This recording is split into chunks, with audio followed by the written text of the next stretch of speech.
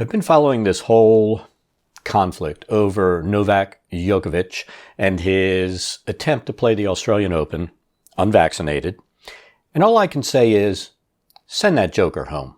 So if you follow the news and you've seen all the garbage that's going on about this tennis player trying to get in to play the Australian Open, it basically comes down to the Victorian government in Australia said that they weren't going to allow exemptions for people to come in and play a game. Djokovic,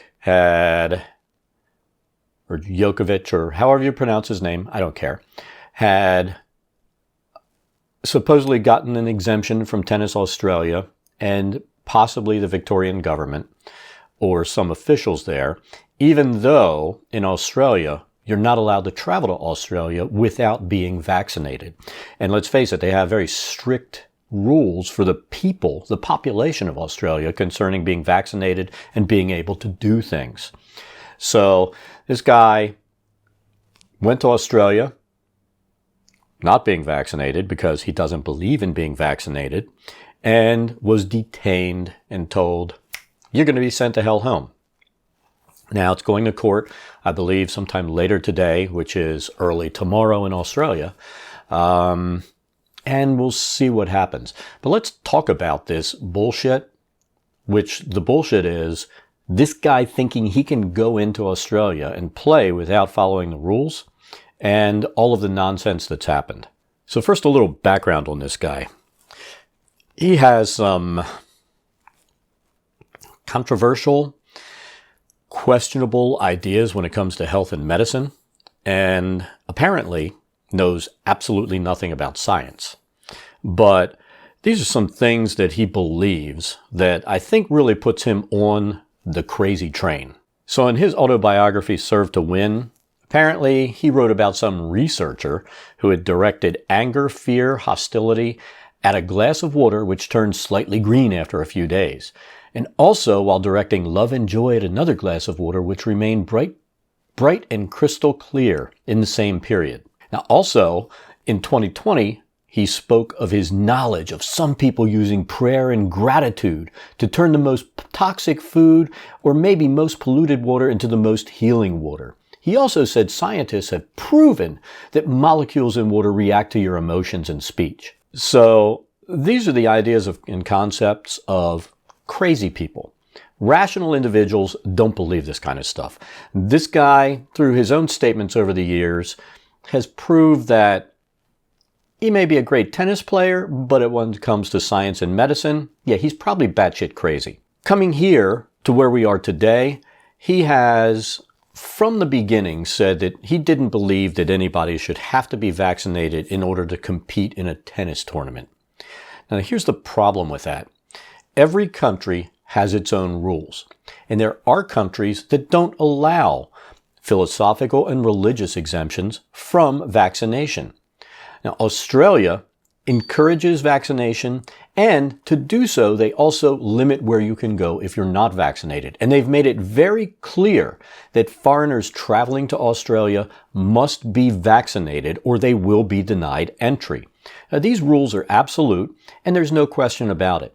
His attitude kind of reminds me of scumbag Americans that think that they should be able to go to any country and do whatever they want because in America they can do that, and damned be the nation that they're visiting because that doesn't apply to them, even though it does. And a lot of times they pay the price for that legally for being such a dumbass. So this guy, in his very American attitude, even though he's from Serbia, of I should be able to do whatever I want and go wherever I want, regardless of the rules of the nation that I am visiting, he's just really showing the kind of jackass that he is. So what brought this all to a head is Tennis Australia gave him an exemption, and it looks like Victoria might have given an exemption without actually looking towards the actual government of Australia, where they're like, no, that shouldn't be happening.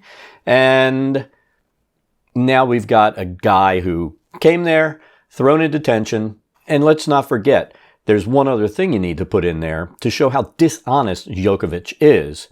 he falsified information on his entry documents.